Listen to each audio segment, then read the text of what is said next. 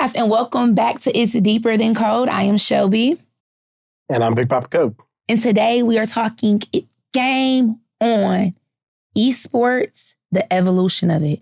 What is esports? Well, esports is electronic sports, at the end of the day. And just like we have, from the beginning of time, we've had, organized games where people are trying to play things competitively. We've had an emergence over the last, 30, 40 years of, people really getting into video games. That's what we normally call them. And now we've got to the stage where people are playing these games competitively.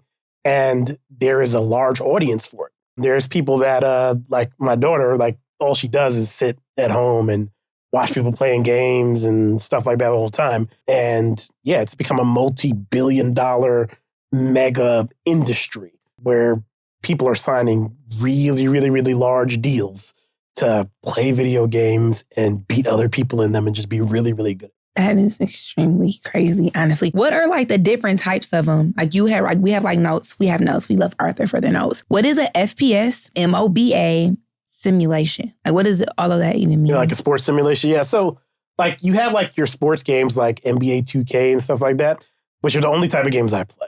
Right. Okay. So everything outside of that is just, secondhand information, I guess you could say, but things I've seen, that my kids will play or stuff like that. I've been a fan of playing NBA 2K and NBA Live and, all the way back to NBA Live 95 when I was a little kid. Oh, wow, 90. Why you gotta say it like that? Because I don't know, that's crazy. I used to be killing everybody NBA Live 95.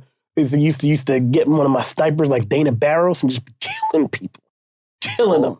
I love that. That's crazy. Yeah, my very first video game thing was the Sega Genesis. We had Mortal Kombat, but Frogger was my favorite, and then Crash Bandicoot. Crash Bandicoot, though, is kind of slept on. The first one's okay. The second one, Cortex's Revenge, where Cortex pretended to be the good guy. I'm not even gonna sit here and lie. I remember the storyline. I just remember him running through a forest, jumping on a box, we getting the mask, and we making it. That. Yeah, what does he say when the mask? He says some weird, unintelligible. Yeah, some crazy shit. Well, Crash Bandicoot was probably the best. So when did esports become a thing? It's become a thing, especially in recent years, because you have all these, not just the sports game, you have the first-person shooter games, the battle arena games and stuff like that. And the esports traces its origins back to 1972 when home consoles first became common, right? So that's one of the major milestones. Exactly. I mean, because you had Atari back in the day. You had, Nintendo, the first Nintendo. The Dreamcast, we had that.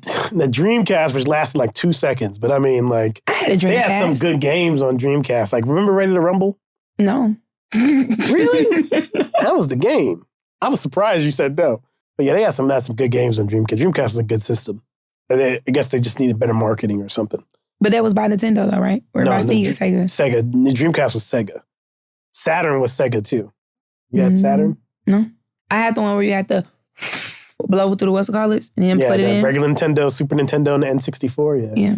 Those were the time. What was the one where they finally got the disc for Nintendo? What was it called again? GameCube. GameCube's when they finally got a disc, right? Mm-hmm. Thank you. That's my generation. Yeah, right? I had a cousin who had a blue one. I think PlayStation was the last thing I had because Grand Theft Auto was my jam. Yeah, Grand Theft Auto. By Miami Vice, though. The Vice City. Was it Vice City or Miami Vice? Which one was it? Vice City. Vice City. The radio on Vice City. I like GTA 3 better. I don't think I played past San Andreas. No, GTA 3 was before San Andreas. Oh, well, yeah, nope. Don't remember that one either. I gotta do better. No, you don't. But when I really started to see it, and this is just my personal experience, not it's not a fact or whatever. When I started to see this start to be a bigger thing, where I started to notice it, is when the internet really started to take off, and there started to be these the games started to be connected to the internet, and so you could play somebody in New York could play against somebody in Florida, and somebody in Florida could play somebody in Germany, and somebody in Germany could play somebody over here, and Halo was everybody was doing that, and remember the chat rooms, which were horrible. You know how people's Twitters pop up? Yeah. If they were saving chats, there'd be a whole generation of people that could never go into public life. Toxic. Oh my goodness. Toxic? That's where you kind of learn though to it was a social thing. It was a coming of age experience being in a toxic Halo 3 lobby or a toxic COD lobby. Call of Duty is COD. It's a dangerous game. It definitely was. And the thing is, though, in retrospect, right? And I never got like super deep into them, but like I'd be like in the lobby or whatever the case may be. And things that like people used to say to me, and like guess they were joking, and like I would be sitting and like and whatever. I was never good at like making comebacks. I just would play, right? Okay. But there were some crazy statements that people would say that like crazy racist and stuff like that. But it didn't even bother me at the moment. But if they said it now, I'm like, oh, you'd be canceled immediately. Like, yeah, no, period. And whoever did that, just know that you're not going to live a prosperous life. No, you don't need that. You don't need to do that to them. I'm pretty sure they're upstanding citizens now and are doing good things. No one should ever be mean to Arthur. No, they still do that. It actually happened to me the other day. I was shook to my soul. You're like, wait, you can't do that anymore. This is not 2007. This is not 2007. What's wrong with you? Zach, someone was mean to you online? Oh, not to me. Oh, but you hear what people say. It's just, and it's crazy because you were numb to it back then. Exactly. Like, yeah, you'd be like, of course they're going to say that. Yeah. Obviously. You don't got nothing else to say? I mean, today's world is sensitive now anyway. So I was like, moving forward. So what are like some of the current trends in esports? Current trends? That's a good question. Zach, what do you think some current trends are? Current trends in esports. Like, I mean, streaming is huge. Like, that's probably the reason why esports is a thing right now. It was a thing back in the day and people would competitively play, but because there's such a recognized huge market around streaming, esports is getting the light, that it kind of deserves because there's a huge market, all these huge streamers and all these events, all these companies put on, like it's insane. Like how much money is in video games. It's literally crazy. Cause like at the end of the day, like these streamers, some of the deals that they'll write are deals that you'll hear like an NBA player sign. $54 million per year, blah, blah, blah, blah, blah. I'm like, to be an esports player? To be a streamer. Like I'm streaming on a specific platform. So like what are the demographics? Like who is this audience of people? Like who is what is the demographic of the esport? Like what is Remember the we audience? talked about 2032? Remember we talked about how there's this group of people, Gen Z and Gen Alpha? Yeah. That's the group that for the most part cares the most. Are you Gen Z, Zach? I'm Gen Z. There you go. Oh.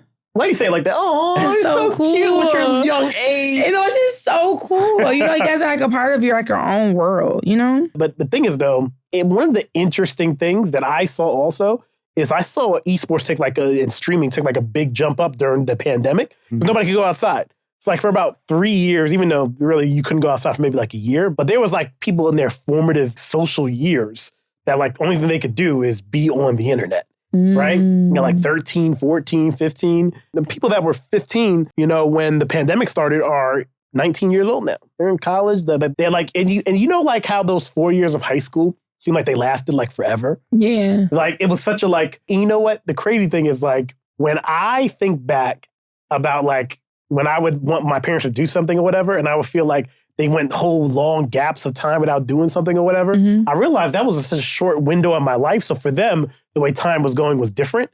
And so for me, because, you always try to be a little bit better than like what came before. My parents were great parents. So I'm saying like, try to be a little bit better. I'm trying to realize that like, even though 4 years goes by for me like this, for my kids, it's not that. No. So I got to be like locked in on those 4 years. And what I'm saying is a lot of people, their 4 years were 1920, shut down, 2021, 21, 22, 22, 23, now go out into the world.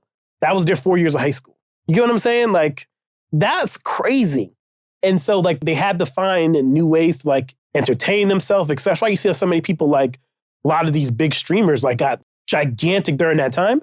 And people, like, learn new habits of, like, the type of media they want to consume. Because the great thing about a streamer, and I think like, and I've watched some streamers, like there's some that I've watched or whatever. I don't like religiously watch it, but like it's a different type of way you're engaging because like you can talk back. Like if I could watch, I don't know, some show like I like Power, right? And I could be talking to Ghost like, yo, Ghost, they right behind you, son. And like, oh, thanks. Like, well, like you know what I'm saying? You can really interact. You can really interact with them in a different way. Like I don't know. Like there's something special about that connection a streamer can have with their audience. And even like outside of like streamers, like even like Pat McAfee, Pat McAfee, like type of support he has. Like Skip Bayless, right, is another like big sports pundit or whatever. He recently, I know Skip. Yeah, he's recently got fired. Well, he's not fired. I was saying he got fired. He's getting fired. I mean, like the show is getting shut off because they got no ratings since Shannon Sharp left, right? Right. But like he has a different type of relationship with his audience than like Pat McAfee. Pat McAfee you can't fire Pat McAfee. He is the platform, right? Like Pat McAfee can't get like Pat McAfee like only a few months ago. I'm not saying it's a good thing, but like actually it wasn't even bad. I watched it. It wasn't bad. It's just that I know people are gonna be like, oh, it's so bad or whatever. You're watching in context. He used the B word to describe Caitlin Clark, right? But he wasn't trying to be rude to her. He just kind of talks like that. Yeah. And he was trying to put her in like a high esteem. Like basically like how you might say like that's him. Like she's that B. You know what I'm saying? You know what I'm saying? Like, you know what I'm saying? Like, oh, and he said that? Yeah, he said it, right? And then like it was uproar everywhere. And they're like, we need to cancel him, blah, blah. People were like, what? You're not canceling. You can't cancel Pat McAfee. How you gonna cancel Pat McAfee off Pat McAfee? He is is his thing. He'll do what he wants. And the people that are subscribed are still subscribed. You're not gonna change nothing. Like all the people that were like going uproar already don't watch. Yeah. They're already outside the thing. Like he's insulated from that. That's when we talked about how the creator economy, giving the power back to the creator. Skip Bayless can get canceled, but you can't cancel Pat McAfee. Pat McAfee's too big. He's too strong. You could probably kick him off of Raw because he like speaks on WWE Raw or what? We're on SmackDown. He's on SmackDown. Okay. No, is he on Raw? I don't remember which one he's on. He's on one of them two right now. And so he is a sports commentator. He used to be a kicker in football. The only person that actually puts their foot on the ball in the whole game. Was he a punter? I think he was a punter. No, he was a punter. He was a punter. A punter. Even worse. But he's the best thing to happen to ESPN in a while. And that's the thing with him is his audience will follow him wherever he goes. Wherever he goes. So ESPN will eat those fines. They'll do whatever it takes to keep him on the show. Yeah. Exactly. Because he is the platform. Like he's not an employee of ESPN. He's a partner. So do what you want. I'm gonna have to Google him. Yeah, Pat McAfee, he's always in a tank top. You'd recognize him probably. Always in a tank top, like on camera? Yeah, like on his show. He looks like if Guy Fieri got Botox. What? And actually like Guy. And actually fixed himself. You know what I'm saying? That sounds bad. Never mind. I gotta see this. There we go. Pat McAfee. And he's on Raw. See, there we go. He's on Raw. Yeah, no, I've never heard of this guy. Yeah, this is what he always looks like on his show in like the black tank. Oh, okay. I've never seen that man a day in my life. But back to streamers are very different than esports, right? Mm-hmm. And typically those big streamers will have huge, huge contracts because Twitch just had a competitor pop up called Kick. Yes. Who got the Kick deal? What's the dude? This is one of the biggest ones. He had a 2-year, $100 million contract with Kick to leave Twitch.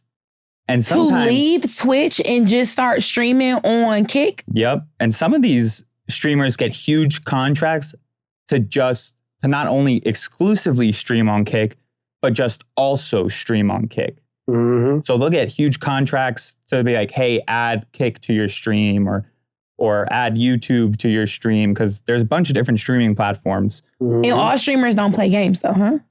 Some of them just if you log on to Twitch right now, you can search streams by categories, right? And then you can click categories and there's a bunch of video games you can play. And one of the most watched categories is just chatting. So it's just someone streaming, just talking to their audience. Like Kai Cenat. Kai Cenat is a huge one. And there's a handful of those guys and gals that, Kai Cenat, by the way, if you watch this, we love you, young king. Keep doing your thing. Atlanta King. We love that. That is so crazy. So people actually get paid for it. So do we have with the whole esports things, does tournaments happen? Yeah, there's tournaments. There's all that. There's all that stuff that happens. And at the end of the day, the big thing is that since there's so much eyeballs that want to gravitate toward watching this material, there's going to be a business that pops up as a result, and there's going to be money behind it. Because if millions and millions of people want to see something, the unit economics are amazing too. Because you'll have, there's people for example, The Rock on Instagram has 290 million subscribers or whatever. You could be a streamer with 500,000 subs and you're killing the game, making like 50, 60 million dollars a year because the unit economics are so different because people are because of the value that one subscriber has on a streaming platform is like infinitely higher. It's like a better way to find, like we talked about that core audience, like finding those like 1,000 true fans. Like I would say that a lot of these streamers have 10,000, 50,000 true fans that just love everything that they do and can't wait for the next time that they're streaming. There's people that stream like 24/7. Like their stream is never off. The engagement rates on a streamer are way higher than someone like, The Rock or, like in, comparison, like the amount of people that are viewing and commenting, just engaging with their content. Like, because like you said, there's that instant gratification. People are subbing, donating $100 just so streamers will say their name. Say their name out loud on the stream. And so it's insane the amount of money that's thrown around. That's crazy. What's like the most popular esports game? The most popular? I'm not sure what the most popular one is. I know some popular, like Call of Duty is really popular, League of Legends, and freaking, Fortnite. It's popular in my house. Yeah. So I hear a lot about Fortnite, Call of Duty, like... You got League, Valorant, Rocket League. What's Rocket League? I don't know Rocket League. Rocket League is car soccer. Car soccer? Yes. Like CAR? Yeah, like you're driving... Here. Bring that up. I don't know what that is. Because I'm like, car soccer? It's exactly what it sounds like. It sounds like... So we're not kicking the ball. We're like driving it to the goal. You're driving it. It's like if the guys from Cars were playing soccer. Like Mater with a ball. Imagine. McQueen with a ball. Just car soccer. This? It's huge. And it's crazy what people do playing this game. Like the gameplay of it. Oh wait, the ball's really big. The ball's huge. Okay, that makes sense. Because I'm over here thinking like I'm just so confused. So they do tournaments with this stuff. Like is there like a reward? Like you get money? Yeah, if you win, you get paid. There's just like when you play golf. You win like a tournament in golf, like there's a prize. There's a pot at the end for you to grab. And so it's also all that money that you make from the publicity of it. Like for being a top guy. Like or a girl. When they've had the first, FNCS Fortnite championship, right? The first one they've ever done. A streamer, one named Booga, I think.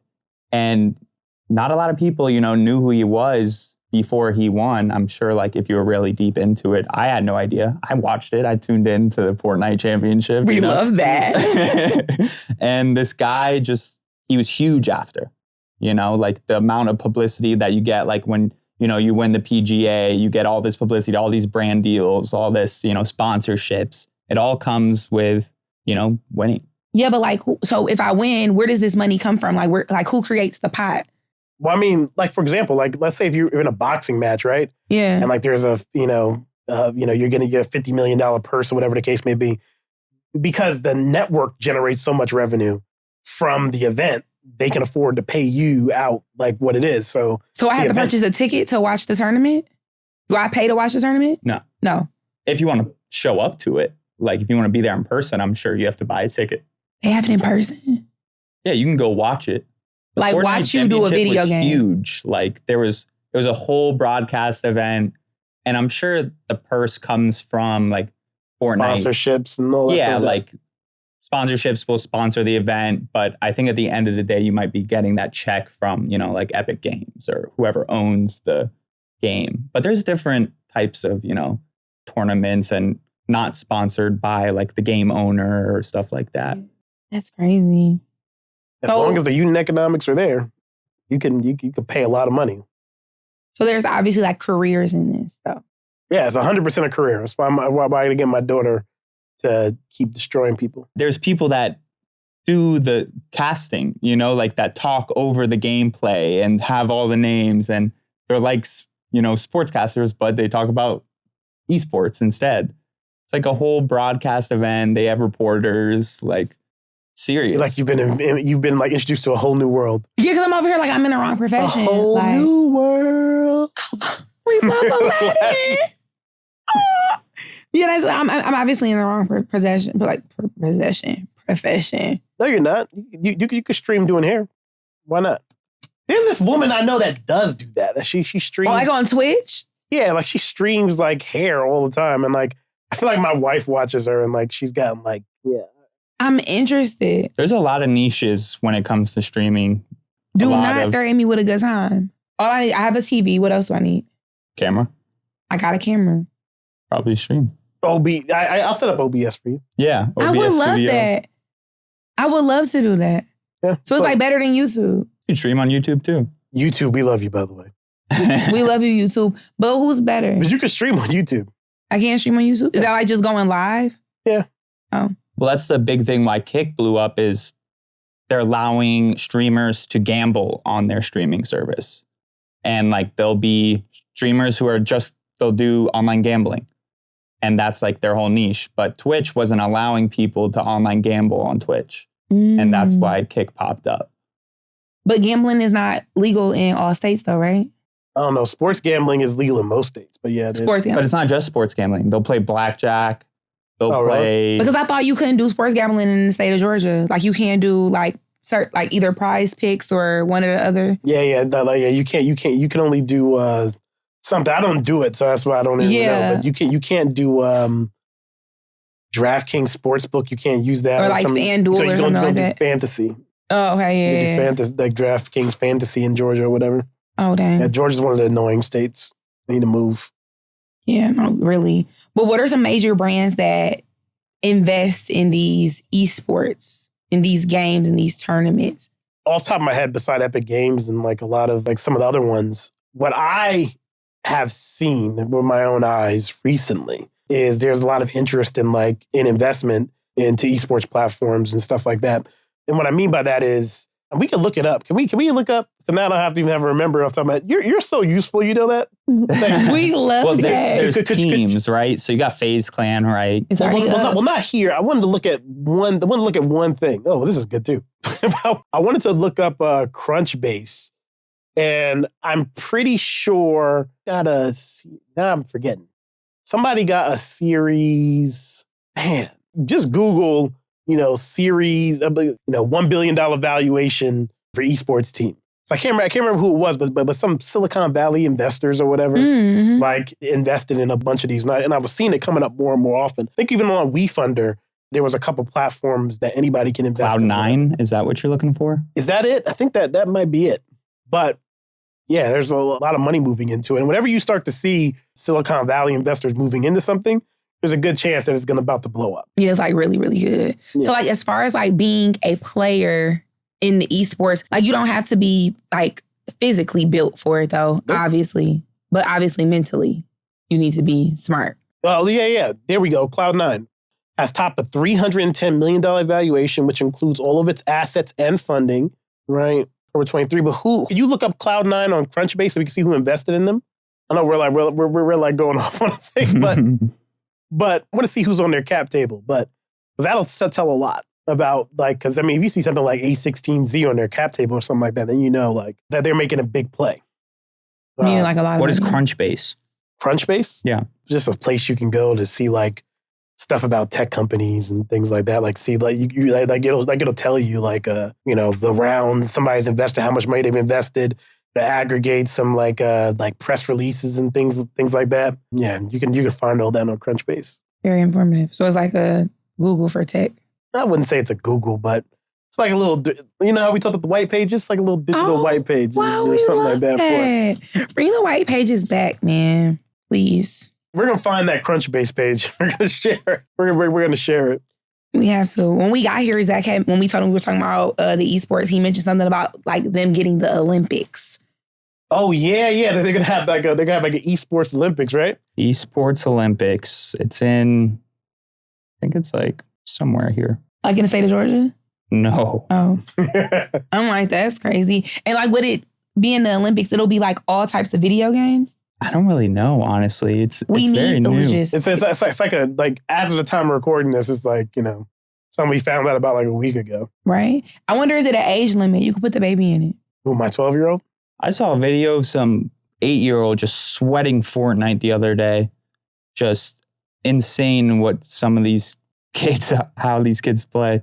Here we go. Well, Olympic Esports is ready for its first edition in 2025. Riot Games. Don't worry, we're going to have a follow-up esports episode. Yeah, no, for sure, because it's been unhappened. The Olympics, we will have to talk about the Olympics and how it went. Mm-hmm. We have to talk about that. So what are the technological advancements in the future of esports? One thing that I am super excited to see, right? And obviously everybody knows like my thing is emerging technology. And that's like, what I'm like super focused on. And the intersection there, because you're like, Arthur, why are you talking about esports to begin with? But with all the new technology that we have coming out with AI and augmented reality and virtual reality, et cetera, I am super interested to see a world that looks like Ready Player One, where like we're literally championships and stuff like that take place inside of the metaverse. And there are games that can be played in there, et cetera. And there is actually a desire by Meta to actually make that a reality. That to me, that's amazing. And some of the thought though that, you talk about you don't have to be physically in shape or whatever to do certain things or whatever. Depending on how some of these games work, you might have to be physically in shape to be able to play some of them, even though you're playing them in the metaverse. But I just can't wait to see that. Like, I really hope that I live to see that occur and that, it becomes a thing. So, yeah. One thing that's also really, really great that's been great to see is like the, WebRTC becoming such a, staple part of just like all technology we use all the time. That's technology we use in order to have like real-time communication. That's what it stands for, web real-time communication. Like without WebRTC, you wouldn't be able to have these streaming platforms and all this stuff like that. So just seeing that be used, I don't think that the people that created it ever thought it'd be used this way to create this multi-billion-dollar industry of streaming, et cetera. And the advancements that are now being made with WebRTC technology to make it better. I'm excited to see how much more advanced, these platforms can become with that inclusion of AI, VR, AR, et cetera. Yeah, That's going to be great. Yeah, I think it'll be fun. And we get to get that you in there, right? Yeah, especially if I get that little treadmill thing from Ready Player One. If I can get that treadmill thing from Ready Player One. The Infinideck. If I can get the Infinideck, it's lit. Well, thank y'all so much for stopping in with us. We are here every Sunday at 9 p.m. Make sure you like, comment, and subscribe, and we'll see y'all next time. I'm the one that you should call when you learn to code. Success follow me around if you didn't know. From the bottom, so the top, the only way to go.